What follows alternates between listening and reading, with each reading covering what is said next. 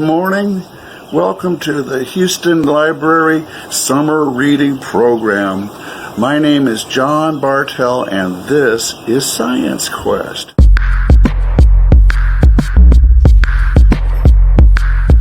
Science Quest is a program created to help children learn about science and the wonders of the world around them.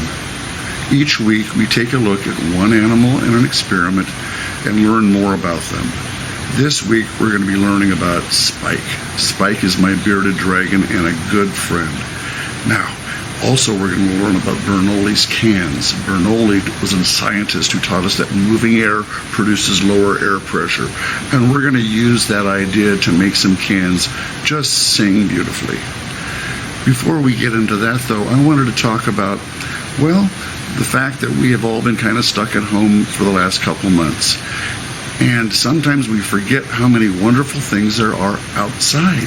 So I went outside this morning and looked around our backyard, and I saw dragonflies and butterflies and birds galore and much, much more. Come on, let's go take a look. I think I saw a great big monarch butterfly fly right this direction. Let's come on down here and take a look what we can see. Monarch butterflies are beautiful. With their orange and black colors, they give a warning to any bird that might want to eat them that they taste terrible. Each April, the monarch butterflies show up in our garden. They've flown all the way from Mexico. They lay their eggs, that turn into caterpillars, that turn into a chrysalis, and then they emerge as a beautiful monarch butterfly. The next 2 or 3 generations will live 2 to 5 weeks. But the last generation that's born in August, late in August, will live up to 9 months. You see, they have to fly all the way to Mexico. As you can see by this map, they fly right straight through Houston. In the springtime of the next year, they begin their travels back north again. Well, that was fun. Let's go see if we can find something else. I think I saw dragonflies flying this direction. Let's just walk up this path right here and see what we can find. There he is. Dragonflies are wonderful, interesting insects. Dragonflies were some of the first winged insects to appear on Earth. Some fossil dragonflies have wingspans of up to 2 feet. The larval stage can last up to 2 years. And during that time, they'll eat just about anything: tadpoles, mosquitoes, fish. At the end of the larval stage, they crawl out of the water, crack open their exoskeletons. Their wings come out and need to dry before they can become hard. This can take hours or even days. I think the dragonfly we found today was simply drying his wings, and that's why he was so patient. Dragonflies are expert flyers. They can fly up, down, and hover like a helicopter. Dragonflies catch insects in the air by grabbing them with their feet. Nearly all of the dragonfly's head is eye. They have incredible vision. Let's take a look at what's going on at the bird feeder. This is a house finch. They love to visit our bird feeder, and they are very gregarious. That means they talk a lot. The northern cardinal is a frequent visitor. The female cardinal is one of the very few female birds that sing. The Carolina wren lives in pairs all year long, and they love to sing duets to each other. The tufted titmouse hoards food in the fall and the winter. Somewhere close by is this fellow's stash of seeds. The red-winged blackbird males will have many, many girlfriends. They will fearlessly defend their territory against any other males. The northern cardinal males sometimes will see themselves in a window reflecting and spend hours fighting each other. Not all visitors are welcome guests, but they get hungry too. White-winged doves are common in dry climates. They make a type of milk with a gland in their neck they feed to their young. The ruby-throated hummingbird beat their wings 53 times a second and have very short legs. They prefer to feed on red and orange flowers. The American robin can produce 3 broods of eggs each year. However, only 25% of those babies will ever survive the year. We sure have a lot of birds at the bird feeder, but if you don't have a bird feeder, one of the things you can do is make one. Now, we're going to make one today, but we're going to use some things you might have around the house. Now, if you walk outside, you might find these old guys. I step on them, unfortunately, but just an old pine cone. Now, if it hasn't opened all the way, all you have to do is leave it in the sun for a couple days, and this will happen. The next thing you're going to need is some good old-fashioned peanut butter.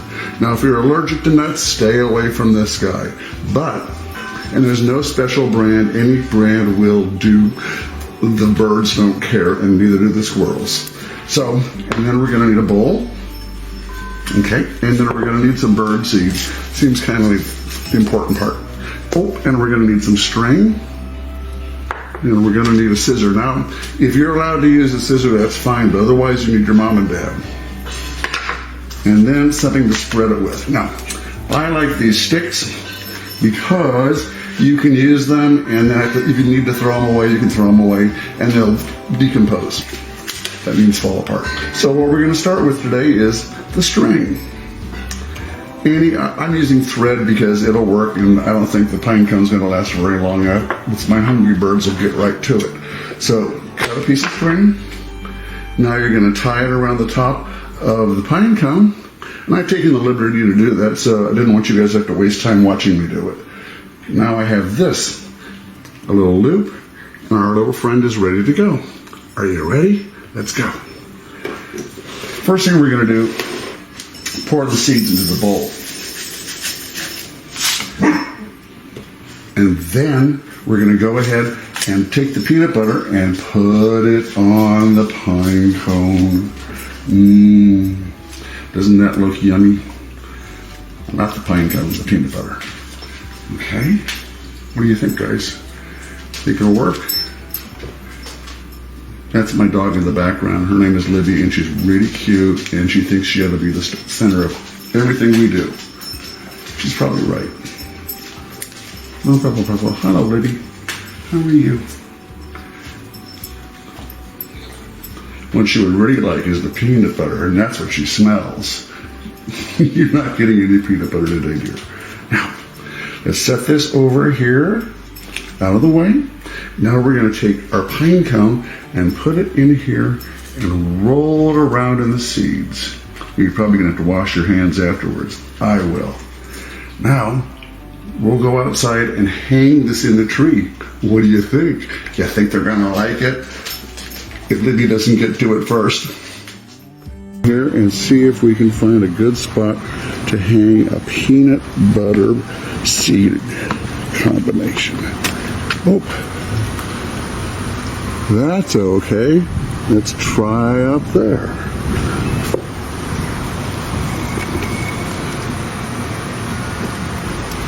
Let's see how long it takes for that to disappear. I hope yours turned out pretty good. Take care. I think I saw a bird building a nest in my front porch. Let's take a look. Right inside this basket.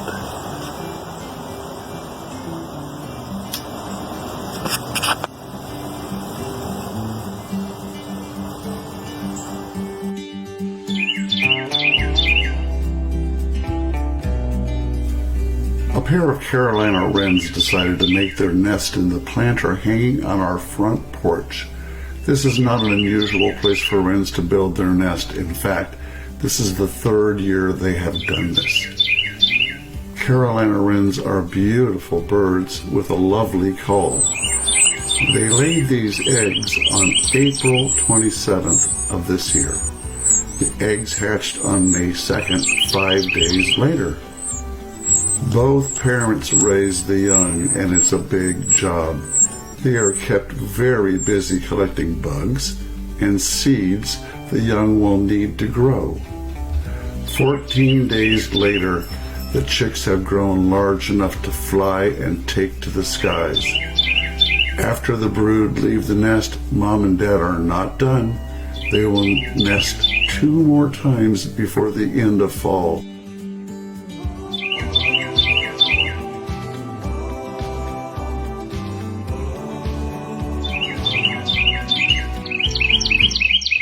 Well, now that the birds are finished with the nest, I thought it might be interesting to go take it down and take a look inside and see how they made it.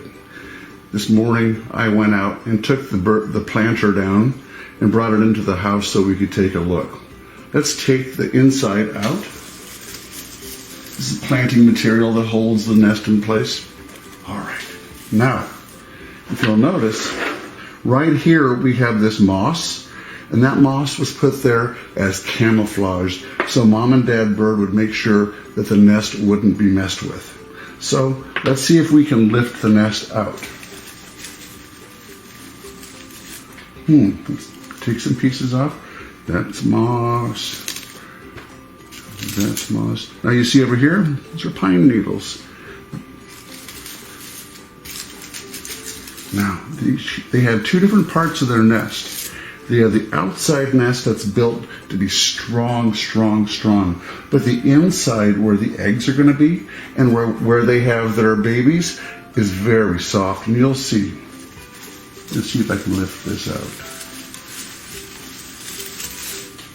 Okay, let's set this here. Move this back out of the way. I don't think anyone's going to appreciate this mess. Now, you can see inside, these are some of the plant vines that were in the plant originally. Of course, we didn't water once we figured out what was going on. So, with more pine needles, we can use something better than our hands. Let's use these clips. Oops. All right. Now, let's take this apart a little bit. This is the outside portion. See how it kind of unravels? We'll set that over there. Now, if we were in a science class, we might take it apart and see how much of each type was there. We have leaves, we have pine needles, we have sticks and branches. Now, you see how the inside is? Now let's take out this bottom, all these leaves, all those leaves. And we're left with this area on the inside that's soft and delicate. Look what's here. There's an egg that didn't hatch. Should we take it out and take a look? Now, this egg is not going to be anything but a little tiny thing. There's nothing inside. It's all dried up and went away. So we'll leave that sitting right there. And let's see what else they found and put inside their nest. Look at this. Little pieces of plastic. What else do they have? Oh, feathers. More and more leaves and more feathers and more fluff. There's just lots and lots of stuff for a baby bird to grow up in. Now, let's see if we can take the inner nest out. And there it is. You see how it's soft and tender inside there? Just the right place to raise your family. All right, let's move on to the next project.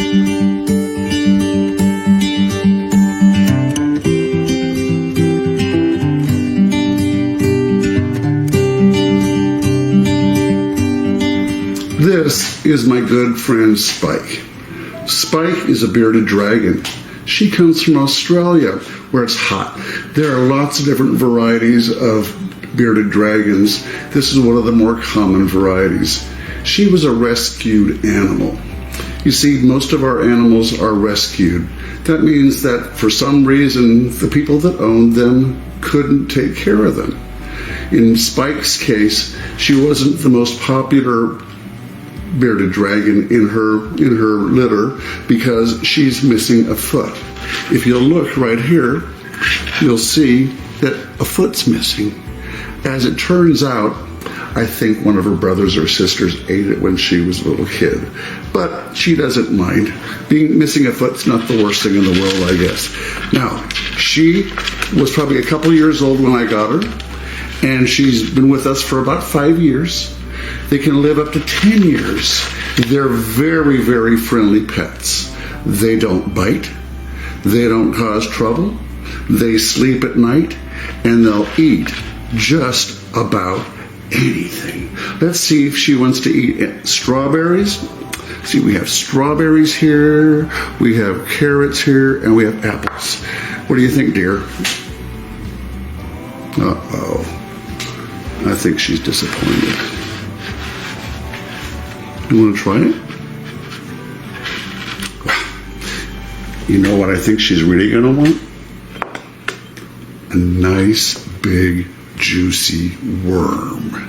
That's right. Miss Spike loves her worms. Let's move this out of the way and put this down. Did you happen to see that? Because we just happen to have another one. Do you like worms? How about gummy worms? Gum.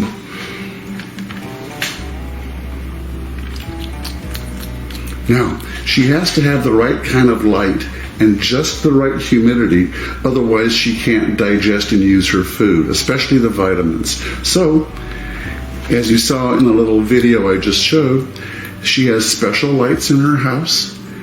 They come on during the daytime and they come on at night to keep her warm, because she has to be kept pretty darn warm. Now, she does love worms. I tell you, they're just delicious. Think I should try one? What do you think? No? No? They can live a long time. Like I said, she was about 2 years old when we got her, but they can live up to 10 years old. Now, the reason why they're called bearded dragons is because you see this little flap right here in their chin? When they get scared, intimidated, that's another word for scared, or if they just don't feel good, they'll puff out their chins. Now, if they're trying to impress another lizard, they'll puff their little bodies up, and then they'll puff out their chins, and they think they're really tough. But as it turns out, they're pretty nice pets all the same. I've never seen her do any of that stuff. She's pretty calm and pretty easy to get along with. If you ever want to keep a pet, these are good pets to keep. Now, the important thing to remember is if you keep a bearded dragon or any other reptile, they carry salmonella on their skin. So you have to wash your hands very, very well. Now, I know all of us has spent a lot of time washing our hands, so we're pretty darn good at doing that now. Maybe she'll try some strawberries. What do you think? Dad, I would really like to have a worm. Oh, did you see that? She's eating her vegetables. And she's doing a darn good job of it too, I might add. Hit it, Spike. Come on, hit it one more time. You want some more strawberries? Taste pretty good, don't they?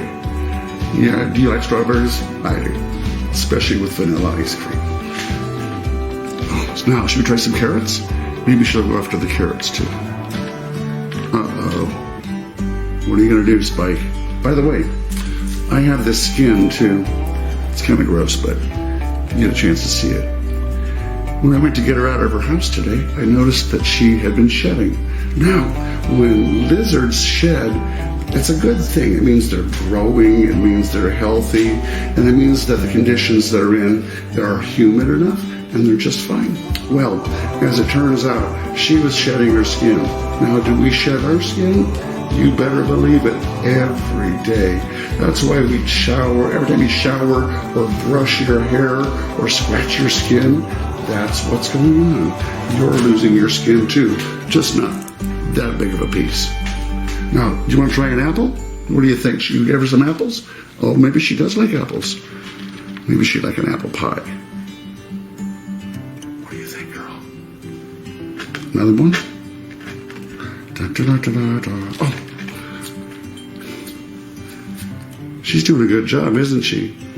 Do you eat your vegetables like that? I hope so.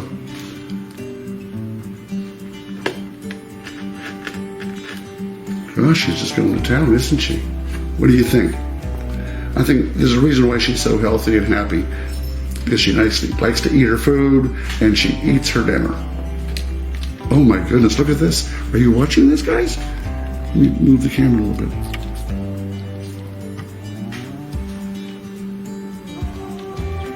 She's just going to town.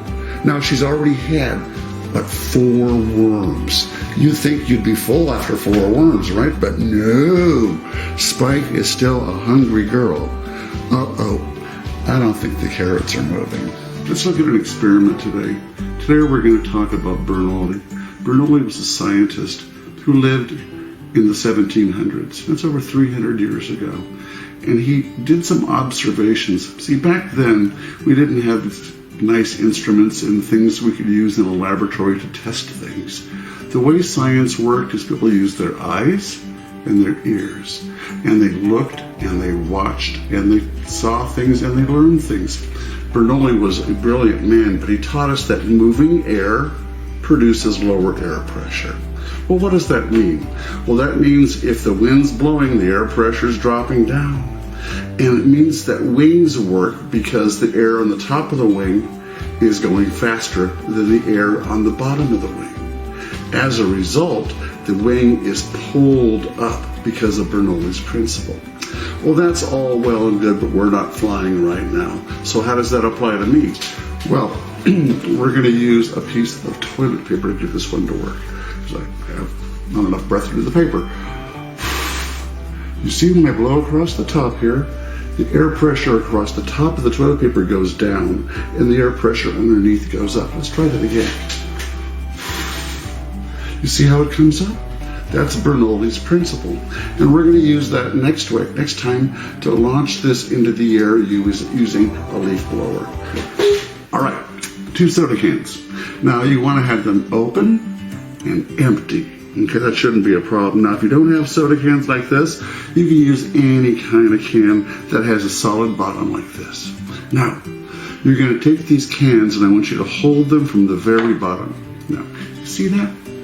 Holding it from the very, very bottom. You don't want to touch the sides or otherwise this won't work. Now, this is going to take an awful lot of breath and we'll see if Mr. John's up to it. You take both cans and you hold them side by side. Not out here, not down there, but side by side. And you take a big breath. Are you ready?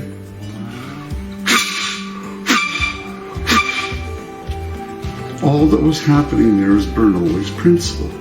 As the air passed between the cans, it was going faster than the air on the inside of the cans. That meant that there was a difference, and if you could see with your eyes like a microscope, you'd see the walls of the can moving back and forth and back and forth and back and forth, and that makes that lovely sound. So, shall we try it one more time? Remember, hold them from the bottom, put them up like that, and you don't want to like get super close, but you have to get close enough so the air goes between the cans. Are you ready? I hope you had a good time. I hope you enjoyed it. Thanks.